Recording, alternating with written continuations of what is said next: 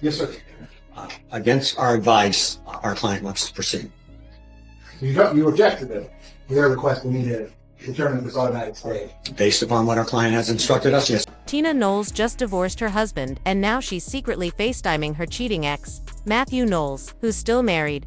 Is she really spinning the block? Or is this the messiest love triangle in Hollywood? 924-071.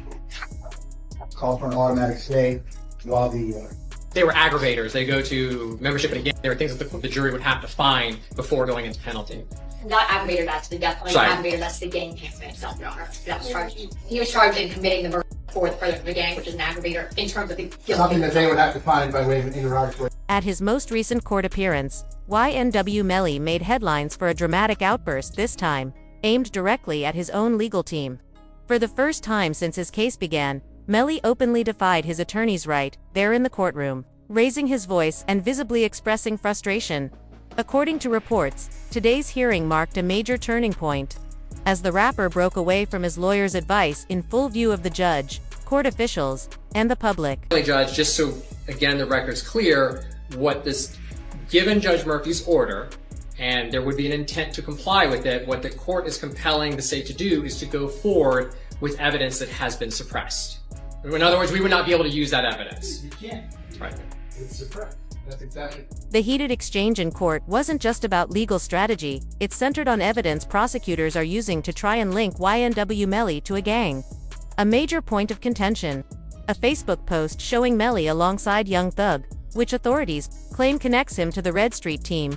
They're pointing to symbols in the post, things like the slat term, a 5-point star, snake imagery, and references to YSL suggesting Melly was signaling affiliation. The post also includes Melly's own hashtag, YMW for life, paired with hand signs that officials argue carry deeper meaning.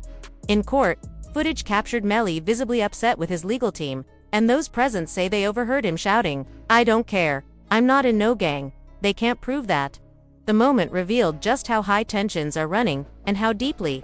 Melly wants to distance himself from any gang-related narrative being pushed in court. Even though there's things that's up with the 4th DCA that has been ruled to be suppressed and not able to be used in the upcoming trial, the judge is just upholding those orders. So therefore, all of basically what was up on appeal was all of that stuff, what they were using as an enhancer in order to get the death penalty qualified.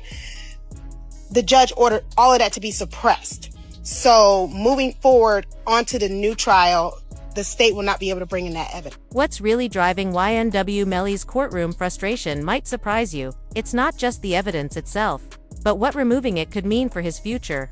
While most would assume Melly would want potentially damaging posts and gang claims excluded to protect his image in front of a jury, there's a catch. If that evidence is tossed out, the legal process would be dragged out even longer. Court records suggest the trial could be pushed back as far as 2027, meaning Melly would spend up to 9 years behind bars before a single verdict is reached. The judge's docket is already packed, with dozens of complex trials lined up well into late 2026.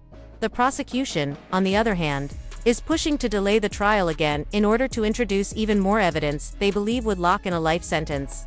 However, Judge Murphy made it clear, any suppressed evidence can't be used unless an appeals court intervenes. That's the only option left if the state wants a delay to file a motion for a stay and pause the trial. Otherwise, trial number 2 for Melly is on track to begin in just a couple of months.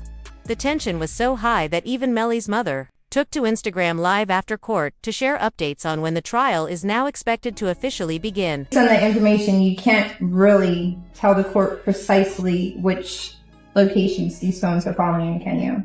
No, and one of the limitations of cellular analysis is that you can only say a general area where the device would be at the time. All right. So even with the general analysis, all of the steps that we've gone through for about 4 or 5 hours, at the end of the day, you can never give an exact location.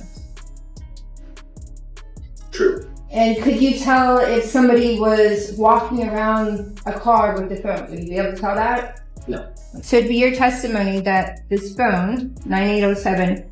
At the close of the hearing, YNW Melly's legal team made a final plea. They requested a bond release so he could remain free until his trial in September. Unfortunately for Melly, the court denied the request, meaning he'll continue to sit in jail, where he's already been held for over 2,300 days without a conviction in the double murder case. But amidst the disappointment, there was a major courtroom win that could shift everything in Melly's favor. During the proceedings, an FBI agent, an expert in cell phone data analysis, was called to the stand. Melly's lawyers began questioning this agent about the forensic review of Melly's phone from the time of the alleged crime. Depending on how the testimony plays out and what the data reveals, this moment could become a pivotal turning point, one that might even open the door to his release in the coming weeks. Having a thing of the reader of the t-shirt. After comparisons were done, he was excluded. Okay, then on item number 25, the swab thing from the Air Jordans. Again, an exclusion. Going on to item number 26, the swab from the yellow jacket. An exclusion as well. And in terms of the item number 27 and 28, the swabs at the Gatorade bottles. What were the results on that? Those were both exclusions. Here's where the case takes a dramatic turn. A DNA expert took the stand, and their testimony could be the biggest break YNW Melly has had throughout the entire trial. This specialist was tasked with analyzing items found both at the crime scene and inside the Jeep where the incident occurred. Shockingly, Melly's DNA was completely absent from almost all critical pieces of evidence. From Gucci sandals to a stained t-shirt, Air Jordans, a yellow jacket, and even Gatorade bottles, Melly was excluded as a contributor. The only item where his DNA did appear was the car door handle, which isn't surprising, given footage confirms he entered the vehicle, but the implications of that absence elsewhere are massive. It could cast doubt on the prosecution's narrative. However, the feds aren't done. Their sights are now set on rapper Frito Bang, raising suspicions about his involvement. According to phone data, shortly after the incident, Melly's phone pinged from a bush. Then a digital drop pin was sent to Frederick Givens, aka Frito Bang, at 4:42 a.m., asking to be picked up. 11 minutes later, another location was shared, showing movement.